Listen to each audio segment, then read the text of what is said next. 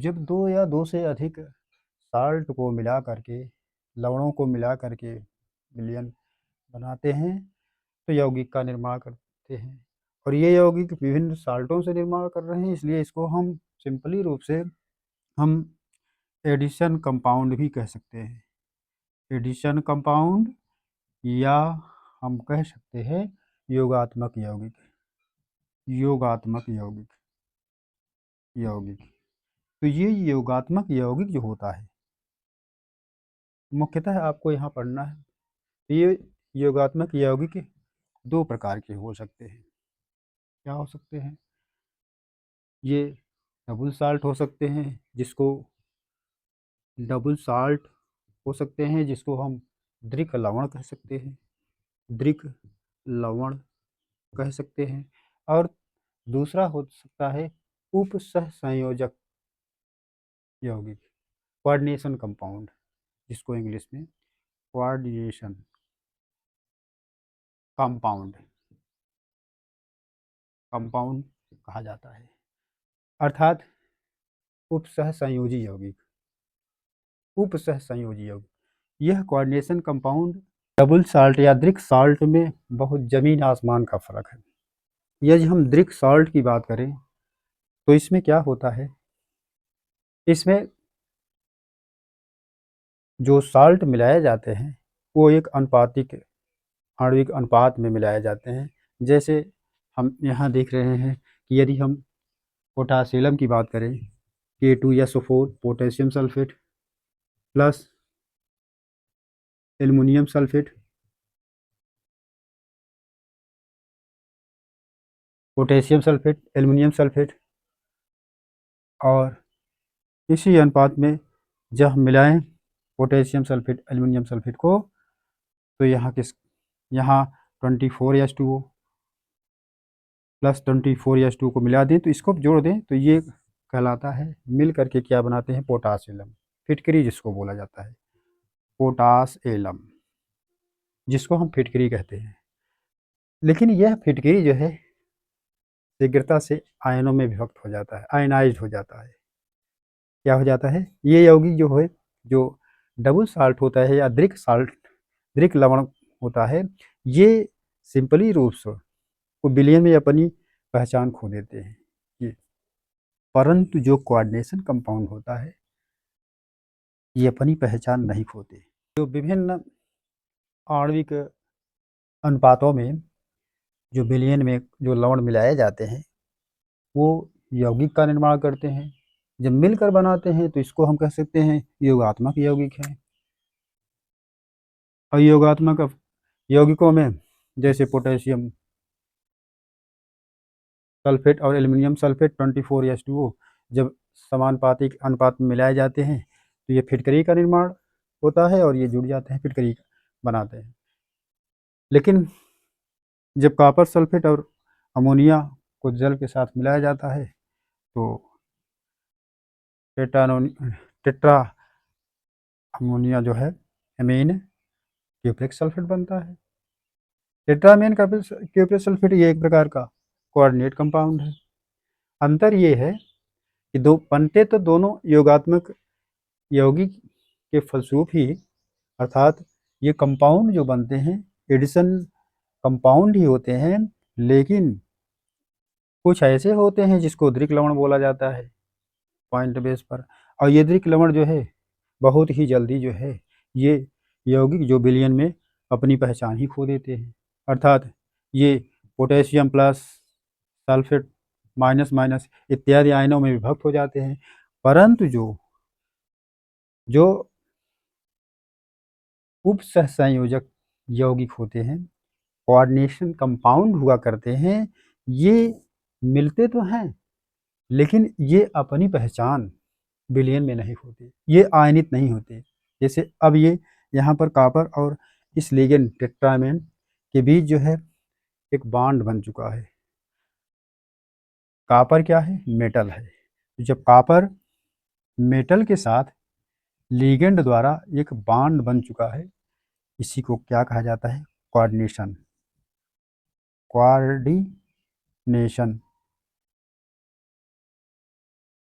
Bond.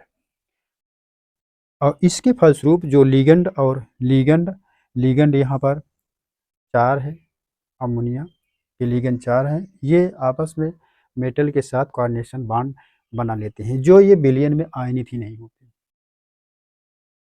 लेकिन दृक लवण की बात है, बने तो वैसे ही हैं, मिलाकर के ही बने, विलयन में ही बने हैं, अमोनिया और कॉपर सल्फेट बने हैं। तो ये उप सहसंयोजक यौगिक का निर्माण कर लेते हैं। तो जब ये उप सहसंयोजक यौगिक का निर्माण कर लेते हैं, तो इसको विलयन में आयनित करना मुश्किल हो जाता है, या आयनाइजेशन इसका मुश्किल हो जाता है, और ये आपस में ये बंध टूटते नहीं।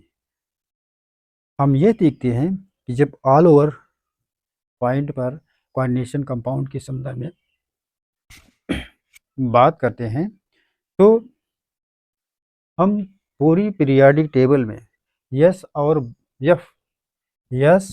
एफ ब्लॉक बहुत ही कम, अर्थात यस और एफ ब्लॉक के तत्वों में उप सहसंयोजक यौगिक बनाने की क्षमता कम पाई जाती है। यस और एफ ब्लॉक के तत्वों में उप सहसंयोजक बंध या उप सहसंयोजक यौगिक बनाने की क्षमता बहुत ही कम पाई जाती है। रसायन विज्ञान की वह शाखा जिसमें उप सहसंयोजक यौगिक का अध्ययन किया जाता है, उन्हें हम उप सहसंयोजक रसायन कह सकते हैं, अर्थात कोऑर्डिनेशन कंपाउंड के यौगिक कह सकते हैं। तो आगे हम देखते हैं कि कोऑर्डिनेशन कंपाउंड केवल संक्रमण तत्वों में मोस्टली रिफर करता है। तो संक्रमण तत्वों में इसलिए रिफर करता है क्योंकि इसमें यस कपलिंग होता है, अर्थात यस अर्थात स्पिन अलाउड, ऐसे डी ब्लॉक के एलिमेंट स्पिन अलाउड होने के कारण यह ज़्यादा प्रीफर करते हैं।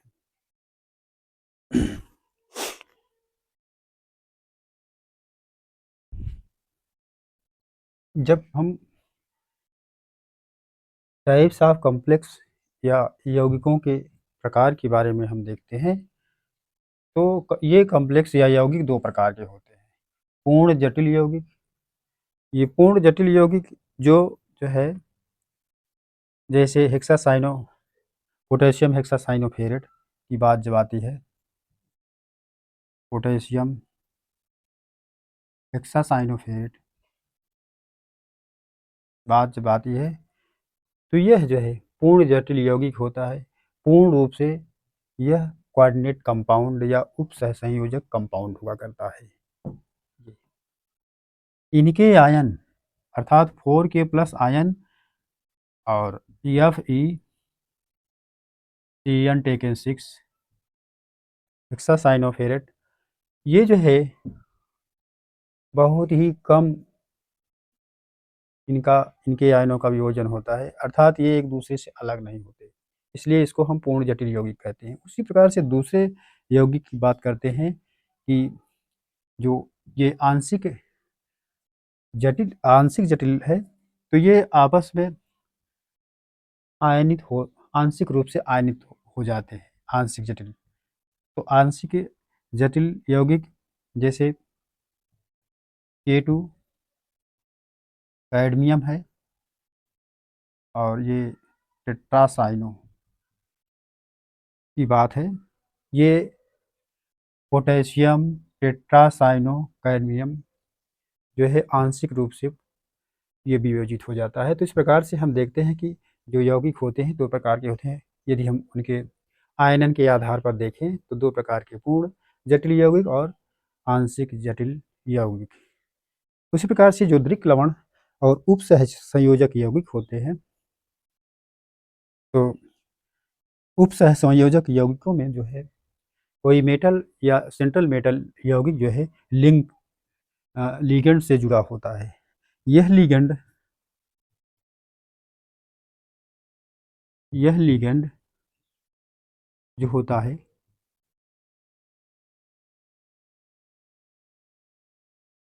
किसी मेटल से, लिगेंड किसी मेटल से जुड़ा होता है, और लिगेंड जो होता है ये इलेक्ट्रॉन डोनर होता है। इलेक्ट्रॉन डोनर या दाता, इलेक्ट्रॉन को देता है। अर्थात दोनों परिवेश में यदि सेंट्रल मेटल एटम जो कि धातु होता है जिससे ये जुड़ा होता है, तो इसे हम, इसका बिहेवियर लुईस एसिड की तरह होता है। लुईस एसिड, एसिड की तरह यह व्यवहार करता है। जबकि लिगेंड जो है लुईस बेस के आधार, लुईस बेस की तरह व्यवहार करता है। ये इलेक्ट्रॉन देता है, एक्सेप्ट कर लेता है central metal atom. Suppose that जब लिगेंड की बात करते हैं, जैसे कोई धातु है, ये 4 लिगेंडों से जुड़ा है, NH3, NH3, NH3, NH3, और इस पर जो है, इस पर चार्ज हैं +2। कोई मेटल है, ये 4 लिगेंडों से जुड़ा है, और जिससे हम यह देखते हैं कि जो अमोनिया है, अमोनिया के पास वन पेयर जो है फ्री इलेक्ट्रॉन होते हैं, अनपेयर्ड ऑफ इलेक्ट्रॉन होते हैं। वन अनपेयर्ड ऑफ इलेक्ट्रॉन इसके पास होते हैं। एन तो एन के पास 5 होना चाहिए, जबकि एच इससे जुड़ा होता है, और ये 2 स्वतंत्र होते हैं जो मेटल को दे देते हैं। अर्थात चारों लिगेंड मेटल को इलेक्ट्रॉन देते हैं, इसलिए लिगेंड का काम इलेक्ट्रॉनों को प्रोवाइडेड कराना है, इलेक्ट्रॉनों को देना होता है। जब हम लिगेंड का वर्गीकरण करते हैं, तो यह प्लस, माइनस और न्यूट्रल तीनों प्रकार का होता है। उदासीन भी होता है, धनात्मक और ऋणात्मक, धनात्मक, ऋणात्मक, और ये तीनों प्रकार का होता है। तो तीनों प्रकार के होने के कारण, जैसे हम यहाँ पर धनावेश की जब चर्चा करते हैं, NO+ नाइट्रोसिल जो है, उसी प्रकार से NH3 पॉजिटिव आयन। जब हम ऋणात्मक की बात करते हैं, ऋणात्मक लिगेंड की बात करते हैं, तो OH-, साइनाइड माइनस इत्यादि हो सकते हैं। और न्यूट्रल की NH3 अमोनिया, और कार्बोनिल के अलावा जो है अनेक हैं। महत्वपूर्ण है H2O, जिसको एक्वा बोला जाता है, नाम लिटरेचर में इसका नाम एक्वा की संज्ञा दी जाती है। तो ये जो है लिगेंड प्लस धनात्मक भी होते हैं, ऋणात्मक भी होते हैं, और उदासीन भी होते हैं। बेस ऑफ डोनर एटम के आधार पर देखें, दाता परमाणु के आधार पर हम इसका जब वर्गीकरण करते हैं, लिगेंड का वर्गीकरण जब डोनर एटम के आधार पर जब हम करते हैं, तो ये मोनोडिनेट भी होता है और पॉलीडिनेट भी होता है। तो ये दंतुक लिगेंड, जिसको हम मोनोडिनेट कहते हैं, डिनेट लिगेंड कहते हैं। उसी प्रकार से जब हम दूसरा देखते हैं, ये द्विदंतुक हो सकता है लिगेंड, जिसको हम बाइडिनेट लिगेंड कहते हैं। तीसरा आता है पॉलीडिनेट या बहुदंतुक लिगेंड, जिसको पॉलीडिनेट कहते हैं, पॉलीडिनेट लिगेंड कहते हैं। तो इसमें यदि हम एग्जाम्पल ले लें, H2O और CO इत्यादि जो है, H2O और CO, ये सब जो है मोनोडेंटेट लिगेंड है, मोनोडेंटेट लिगेंड हैं। उसी प्रकार से यदि हम द्विडेंटे की बात करते हैं, तो ये है ईन, जिसको 1,2 डाई एमीन ईन जिसको बोला जाता है। इसको हम लिख सकते हैं CH2 CH2 यानी H2 है। तो इसको जो है 1,2 डाई एमीन 1,2 पहले हम लिखेंगे एथेन एथेन 1,2 डाई एमीन इसका नाम है। और बहुदंतक लिगेंड इसमें आता है, बहुदंतक में C2O4 -2 ये ऑक्सलेट आयन है, ये बहुदंतक में आता है। डाई एथिल ट्राइएमीन कुछ ऐसे लिगेंड होते हैं कि जो उभय दंतुक लिगेंड कहलाते हैं, अर्थात दो रूपों में रह सकते हैं, एक से अधिक रूपों में रह सकते हैं, जिसमें जैसे हम NO2 में देख लें, नाइट्रोजन डाइऑक्साइड में देख लें, तो यहाँ पर N परमाणु दाता के रूप में काम कर रहा है।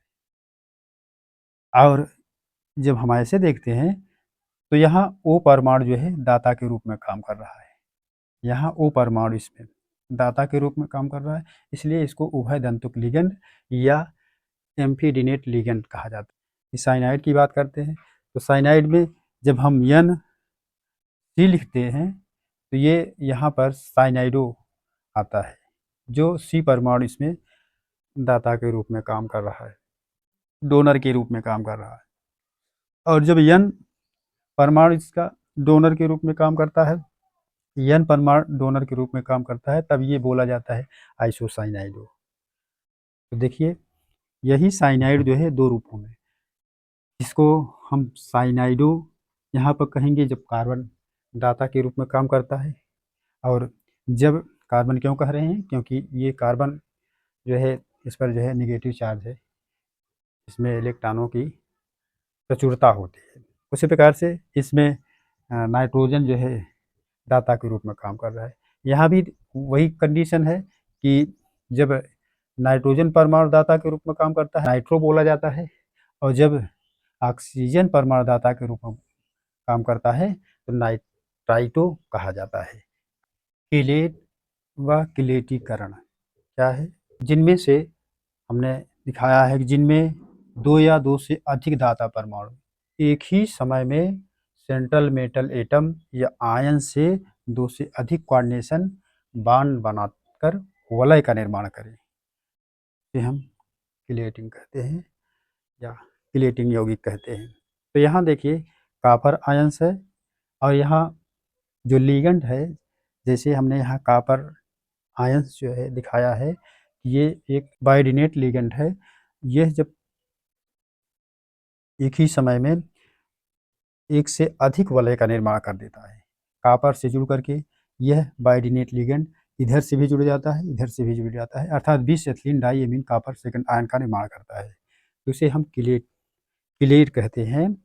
तो ये तभी होता है जब बायोडिनेट द्विदंतुक लिगेंड या त्रिदंतुक लिगेंड या बहुदंतुक लिगेंड जब आपस में मिलते हैं, किसी सेंट्रल मेटल एटम से जो है जब जुड़ते हैं, सेंट्रल मेटल एटम से दो से अधिक जब वलयों का रिंग का निर्माण करें, एक वलय इधर हो गया, एक वलय इधर, तो रिंग का निर्माण कर देते हैं, तो इसे हम किलेटिंग कहते हैं।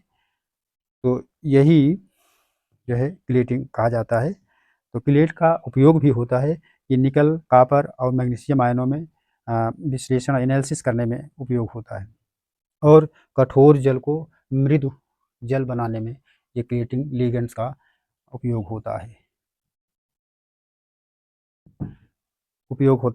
और लेंथेनाइडों और एक्टिनाइडों के पृथक्करण में भी इसका उपयोग हुआ करता है। इसका उपयोग लेंथेनाइड और एक्टिनाइड के पृथक्करण या सेपरेशन में इसका उपयोग अत्यधिक होता है। और जो पहला मुख्य पॉइंट होता है निकल सेकेंड और कॉपर सेकेंड ऑक्सीडेशन स्टेट और मैग्नीशियम सेकेंड ऑक्सीडेशन स्टेट, इनका जो है आयनों के विश्लेषण में प्रयुक्त होता है किलेट का उपयोग।